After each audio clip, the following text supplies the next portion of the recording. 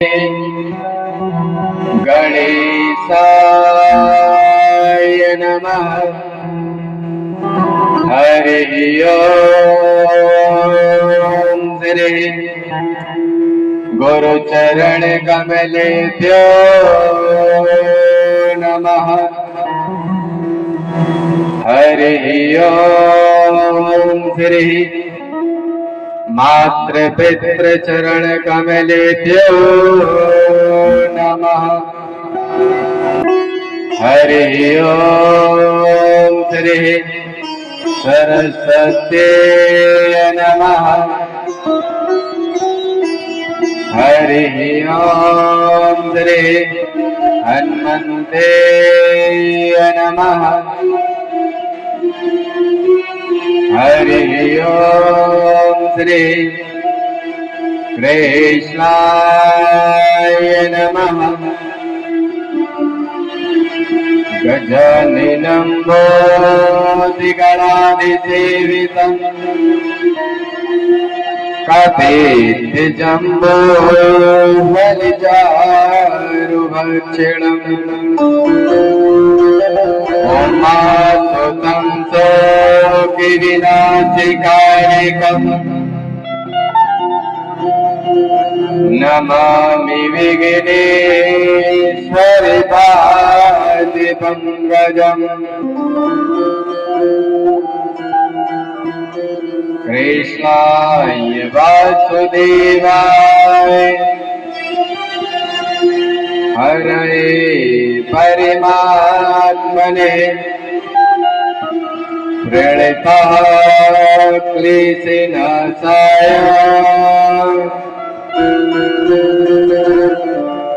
गोविन्दाय नमो नमः। वंशे विभूषितकराय नवनीतदाभात् पीताम्बराधरविन्द विफलाधरोष्ठात्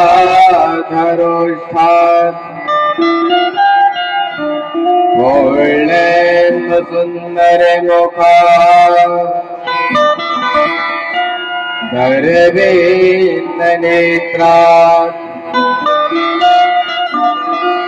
कृष्णात् परं किमपि तत्मेऽहं न जाने। जयन्ती मंगला काली भद्रकाली कपालिनी दुर्गा क्षमा शिवा धात्री स्वाहा सदा नमोस्तुते। मत्स्य महापातकी नासिकी कामकी तच्छमालिनी एवं ज्ञात्वा महादेवी यथा योग्यं तथा कुरु। जय जय श्री राधा रमण। जय जय नवल किशोर। जय गोपी किशोर प्रभु। जय जय माखन चोर। वृंदावन के वृक्ष को मरम न जाने कोई। डाल डाल जहाँ बात बात में श्री राधे राधे होय। चलो सखी वहाँ जाइए जहाँ बसे ब्रजराज। गोरख रेचत हरि मिले, एक पंथ दो कार। वृंदावन सोवन नहीं, नंद गाँव को गाँव। बंसीवट सोवट नहीं, कृष्ण नाम सोना। राधे तो बड़ी भागिनी, और तपस्या की। तीन लोक 14 भुवन, सो तेरे आगे। नमस्कार गणराज को, नमन शारदे माय।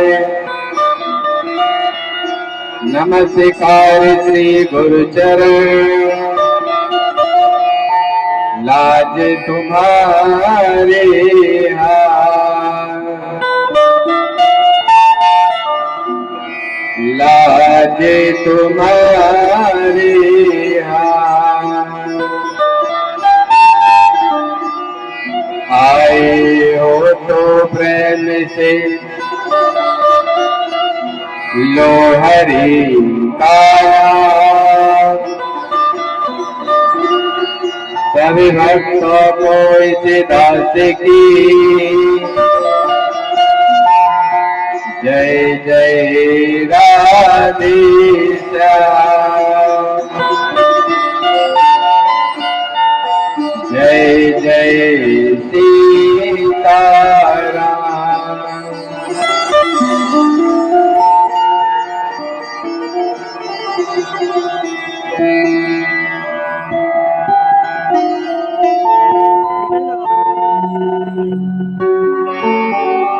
बोले वृंदावन बिहारी लाल की जय हो। कथा में प्रवेश करने से पहले हरि नाम संकीर्तन, इसके पश्चात हम कथा में डुबकियां लगाएंगे, घूटा लगाएंगे। तो सभी लोग मीठी मीठी तालियों की सेवा करते हुए हरि के भजन में डूब जाए। बोले वृंदावन बिहारी लाल की।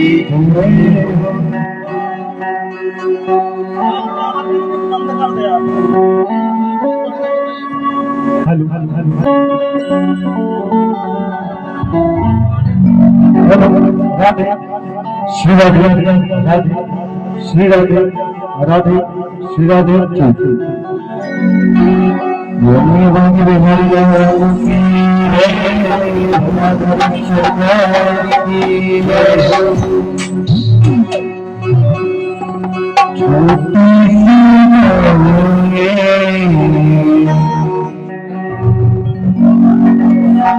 पीपल के छाँव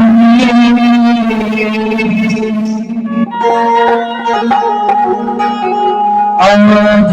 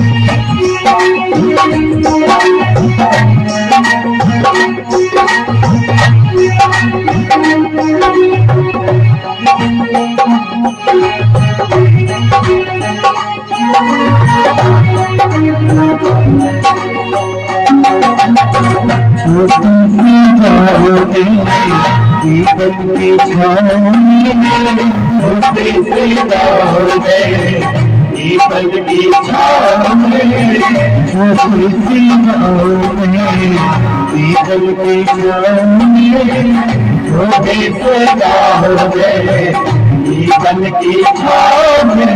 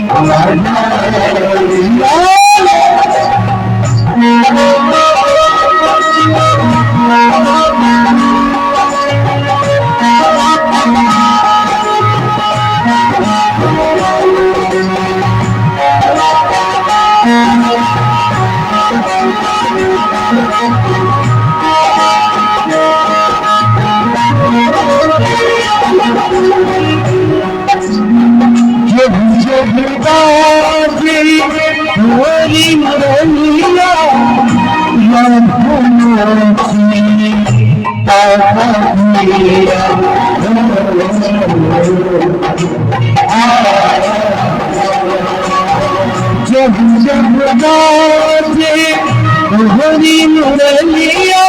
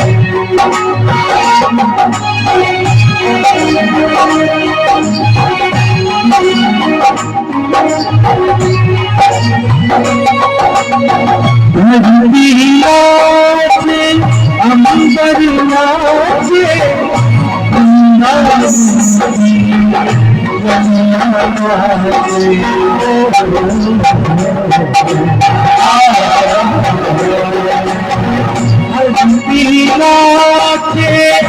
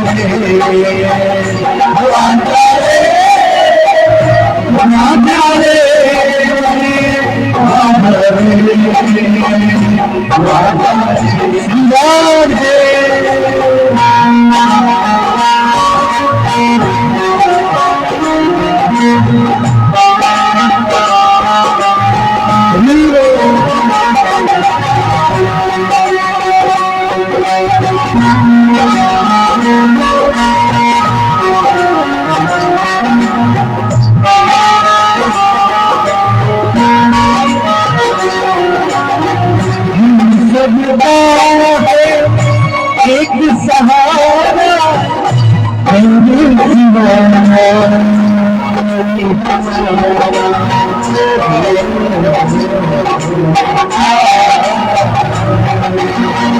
हम सबका है एक सहारा तेरे सिवा कोई हमारा मेरे बाहुले पारों में खाली मेरे बाहुले खाली है कोई आजा राधा में सारे बुलाए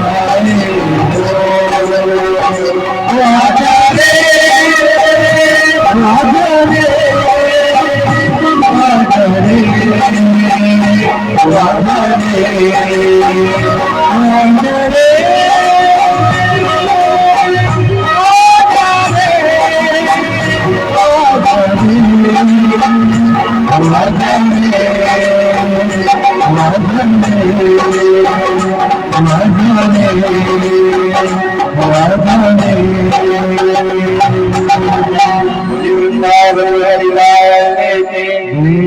सावरिया सरकार की और मुकुट बनते वाले की दास बिहारी सरकार की यहाँ पर आए सभी माताएं बहनों की अपनी तो जय कर लो। अब भगवान की तो बोल नहीं पा रहे, हमें लगा अपनी तो जयकारे लगाई लो।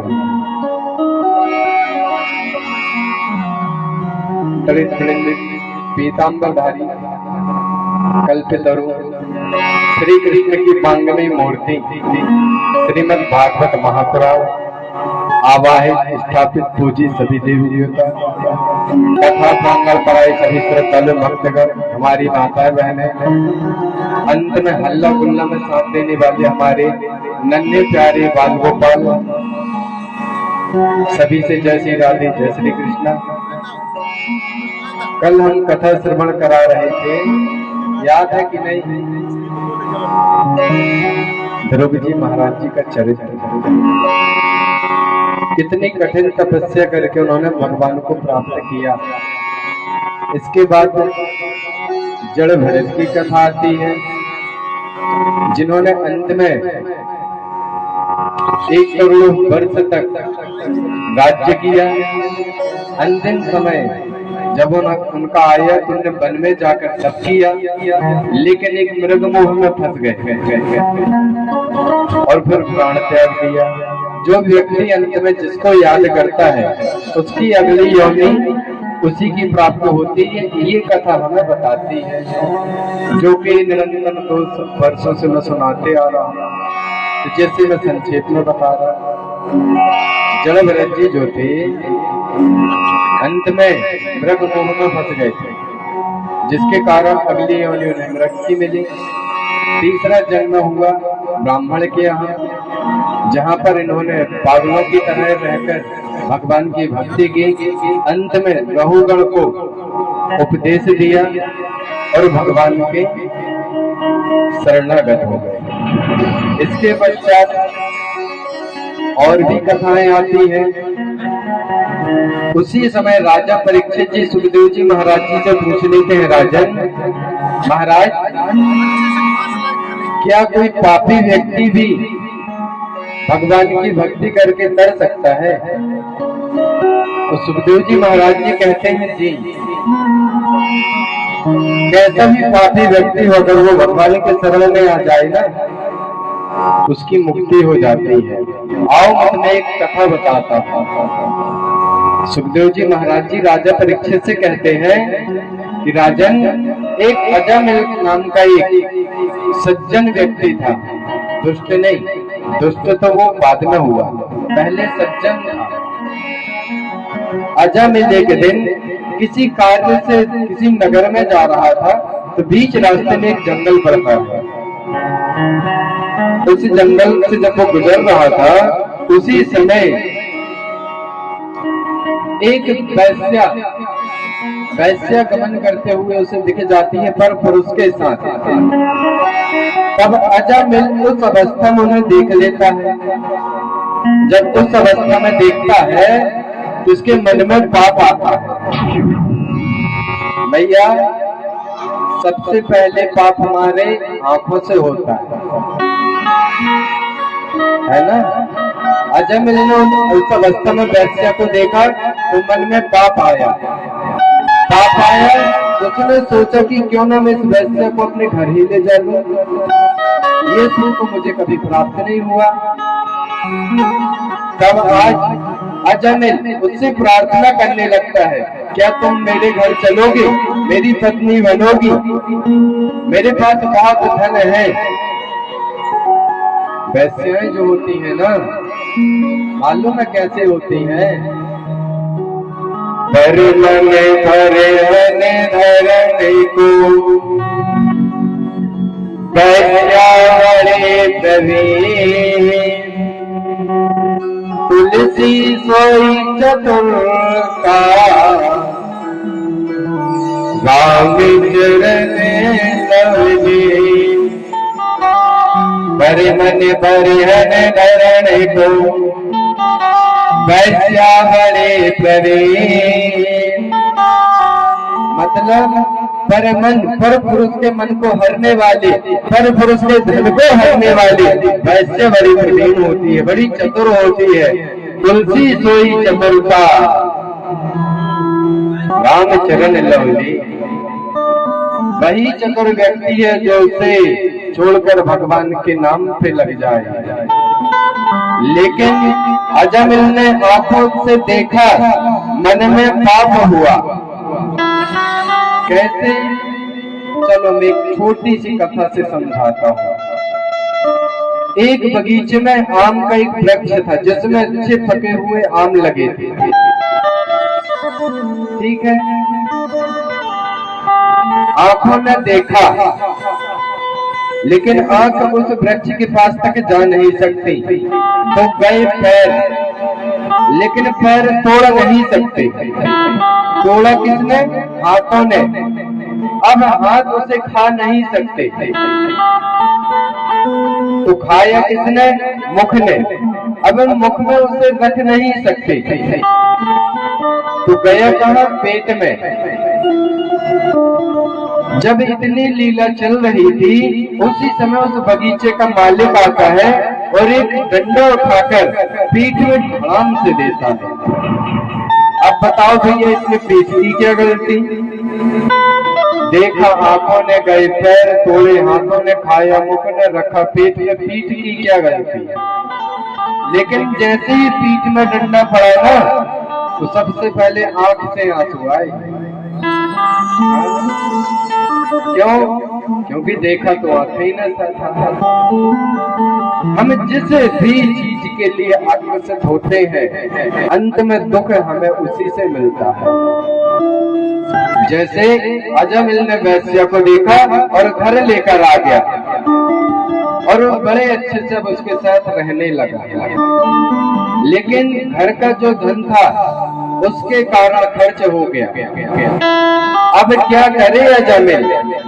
अब जंगल में जाता और जो भी राहगीर होता उन्हें मारता, काटता, पीटता और उनके पास जो भी धन रहता उसे छीन कर घर ले आता और अपनी पत्नी को खुश करता। ऐसे करते करते बहुत समय बीत गया।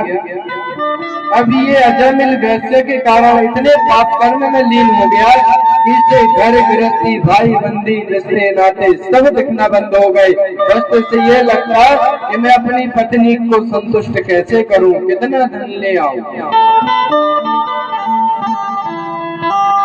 एक दिन अजामिल कहीं गया हुआ था, शाम का समय हुआ। उसी समय कुछ संतों का आगमन हो जाता है। जब कुछ संत आए तो गांव के बाहर अजामिल का ही घर सबसे पहले पड़ा। शाम का समय था तो संतों ने सोचा कि आज हम इसी घर में रुक जाते हैं, प्रातः में नगर में प्रवेश करेंगे। तो रात्रि के समय में संत अजामिल के यहाँ रुक जाते हैं। उस समय अजामिल घर में रहता नहीं। संतों का आया हुआ देखकर वैश्य घर के अंदर बुला लेती है और आज भोजन पकवान मिष्ठान बना बनाकर खिलाने लगती है। अब साधु संतों को मालूम नहीं था ये किसका घर है। ये साधु संत उसके यहाँ भोजन ग्रहण कर लेते हैं। कुछ समय बाद अजामिल आता है, देखकर तो बड़ा क्रोधित होता है, लेकिन देखता है कि मेरी पत्नी सेवा कर रही है तो कुछ नहीं बोलता। प्रातः का समय होता है, संत ज्ञानी थे, ध्यान किए तो उन्हें लगा रे हम तो वैश्य के घर में रुके हुए हैं और हमने वैश्य के हाथ का भोजन ग्रहण कर लिया। कहते हैं लोभी के घर का, पापी के घर का, जो जिसके अंदर अधिक लोभ होता है ना, उसके घर का दाना नहीं खाना चाहिए।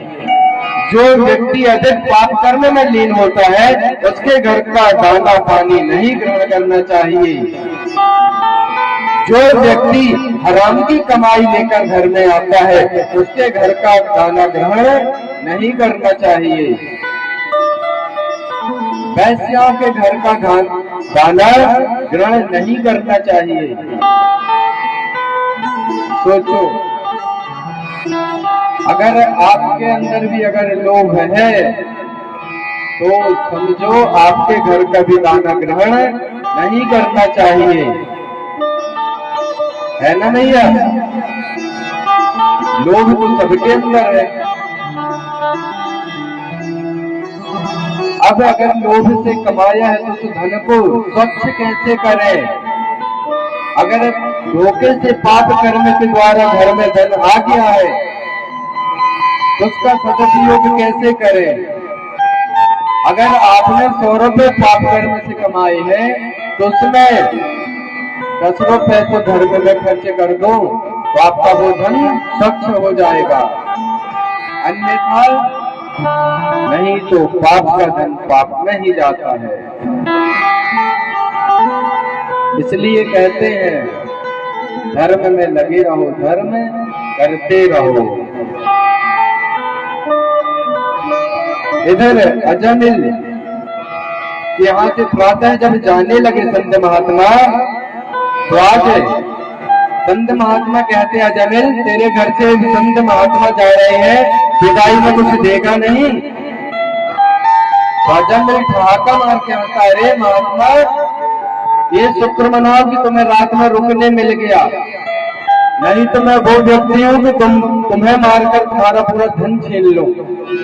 शुक्र मनाओ रुकने दी, आपको शांति से यहाँ से निकल जाओ। उसी समय संत महात्मा ने देखा कि अजामिल की पत्नी वैश्या गर्भवती है। तो आज संत महात्मा कहते हैं विदा में हमें कुछ धन नहीं, हम तो बस तेरा कल्याण चाहते हैं अजामिल, हम तो बस तेरा कल्याण चाहते हैं। तो अजामिल कहता है तो बताओ क्या करें।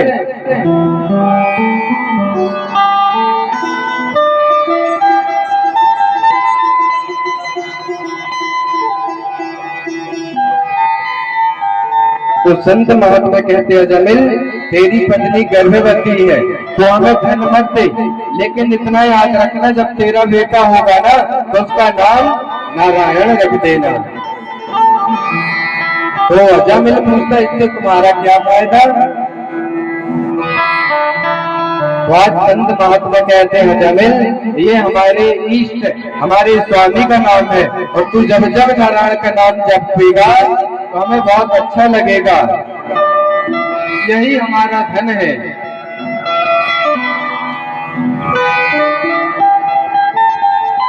बैठ जाओ भैया नीचे जाके, नीचे भगवान जी को बिठा दिया, नीचे से ही पूजा कर लेना।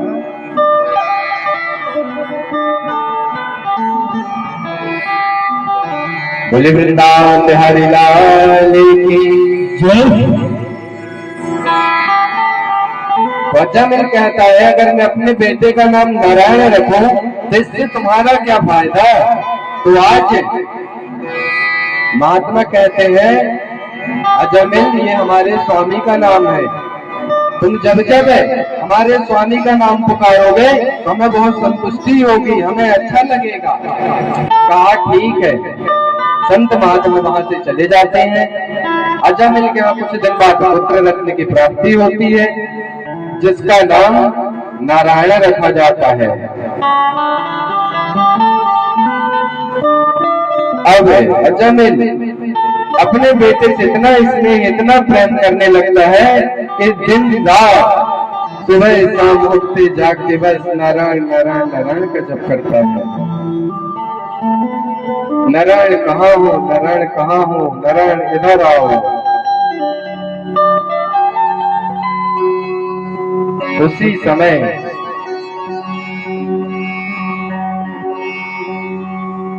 काल अभी अजामिल की 12 वर्ष आयु शेष थी और उसी समय यमराज के दूत अजामिल को लेने रात्रि में, मध्य रात्रि में 12 बजे लेने आ जाते हैं। उसी समय जब अजामिल को पीड़ा होती है, अजामिल चिल्लाने लगता है, नारायण कहाँ हो, नारायण कहाँ हो, नारायण कहाँ हो, नारायण इधर आओ। उसका बेटा नारायण तो आया नहीं, लेकिन नारायण के दूत पहुंच गए। और आज यम के दूतों को नारायण के दूत कहते हैं, अरे इसे छोड़ो, इसे मत ले जाओ। यम के दूत कहते हैं, अरे बहुत पापी व्यक्ति है, इसकी मृत्यु निकट आ गई है। तब है भगवान के दूत कहते हैं, अरे इसकी अभी 12 वर्ष आयु शेष है, इसे लेकर मत जाओ। फिर भी नहीं मानते। सब समझाते हैं यम के दूतों को, भगवान के दूत, कि इसने नारायण नारायण को पुकारा है मरते समय। कहते हैं अंत समय में अगर हम भगवान को बुलाते हैं तो घर के लोग आए ना आए, भगवान जरूर आ जाते हैं। अजामिल कितना पापी व्यक्ति था, लेकिन नारायण नारायण जपा तो भगवान के दूत आ गए। और इसने अनजान में नारायण नाम जपा था, जान के नहीं। भगवान के दूत समझा रहे हैं, अग्नि में चाहे पैर जान के रखो, चाहे अनजान में पैर जल जाएगा। ऐसे ही भगवान का नाम तुम जान के लो, चाहे अनजान में, तुम्हारे पाप भस्मीभूत हो जाएंगे। और आज यम के दूत अजामिल को छोड़कर चले जाते हैं। अजामिल पड़ा पड़ा ये दृश्य देख रहा था। उससे ज्ञात हुआ कि मैं कितना पापी व्यक्ति हूँ और मैंने अनजान में नारायण का नाम जपा तो भगवान ने मेरी रक्षा की। अगर मैं जानबूझकर जपता तो मेरे साथ हो सकता आज परमात्मा बैठे होते। प्रातः में सब कुछ त्याग कर अजामिल वन में जाता है, भगवान की तपस्या करता है और भगवान के धाम को प्राप्त हो जाता है। भगवान उसे अपनी शरण में ले लेते हैं। भगवान की उस पर कृपा हो जाती है। तो आप भी चाहते हो ना कि भगवान की कृपा हो हमारे ऊपर, कि नहीं चाहते? तो चाहते हो तो मीठी मीठी तालियों की सेवा करते हो, सेवा दे देना। मेरा आपकी कृपा से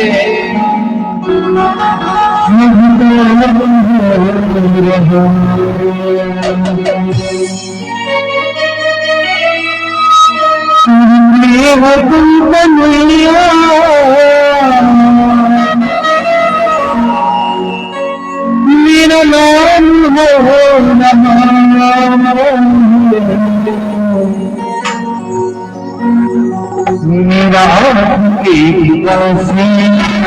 सब नाम हो रहा है। मेरा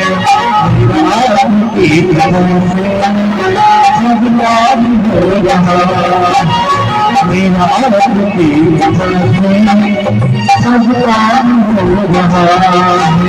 मेरा सब नाम हो रहा है। मेरा नाम हो मेरा हो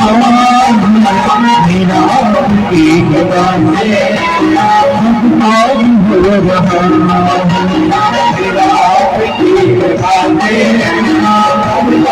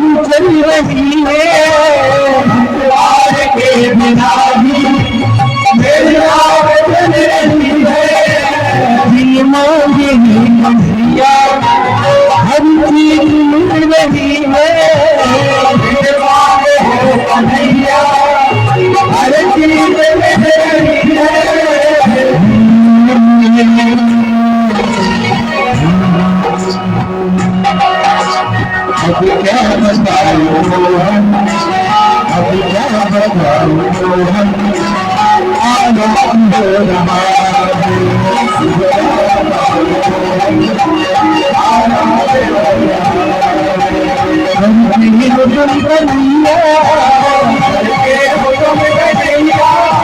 मेरा नाम हो रहा मेरा अब नाम हो रहा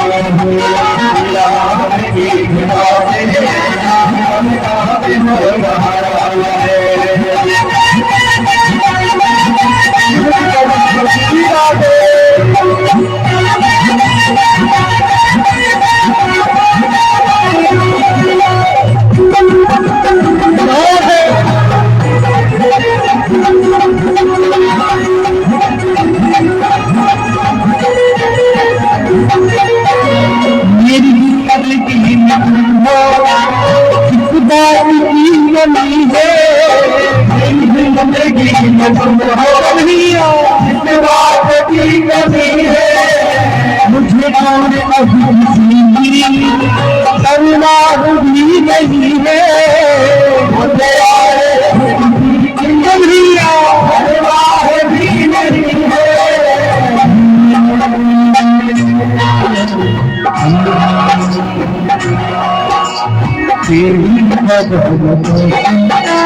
तेरी बदौलतों से बदनाम हो रहा तेरी बदौलतों से बदनाम हो रहा ये बंद नहीं ये वो बंसी वाले मेरा नाम हो रहा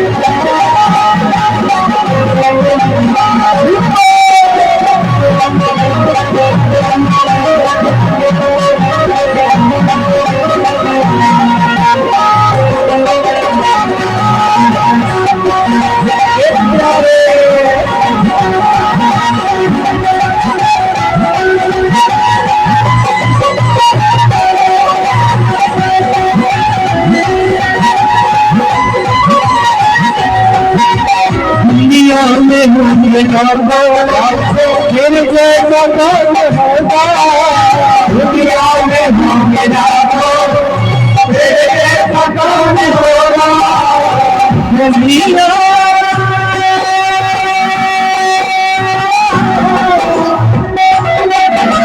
मेरे प्यारे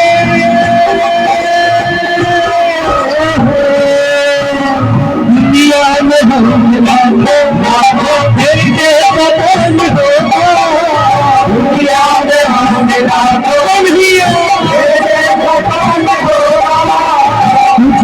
सब हमारे कौन होगा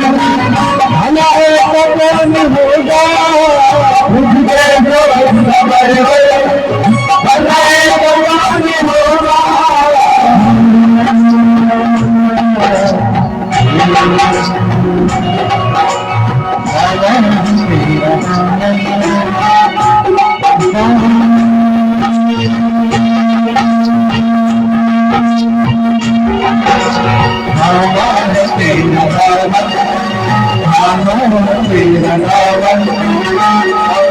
हमको ये बात नहीं बताना था मेरे पास जो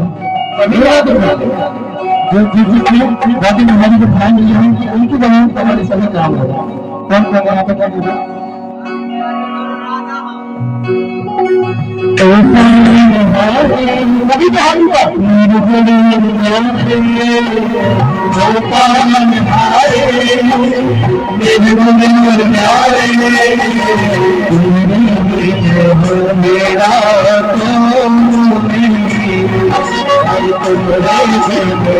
मेरा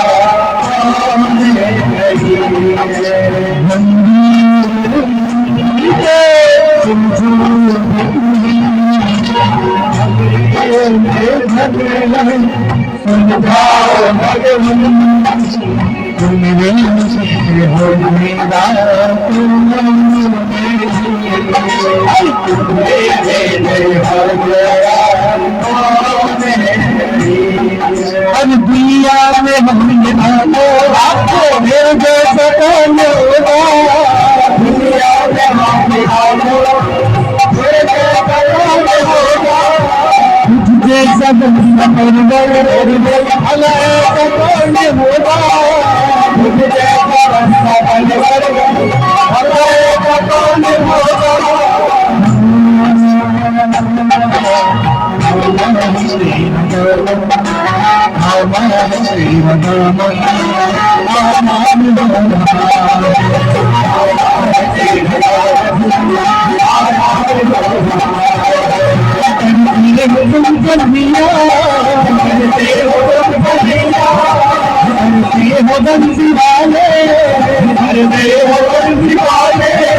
मेरा नाम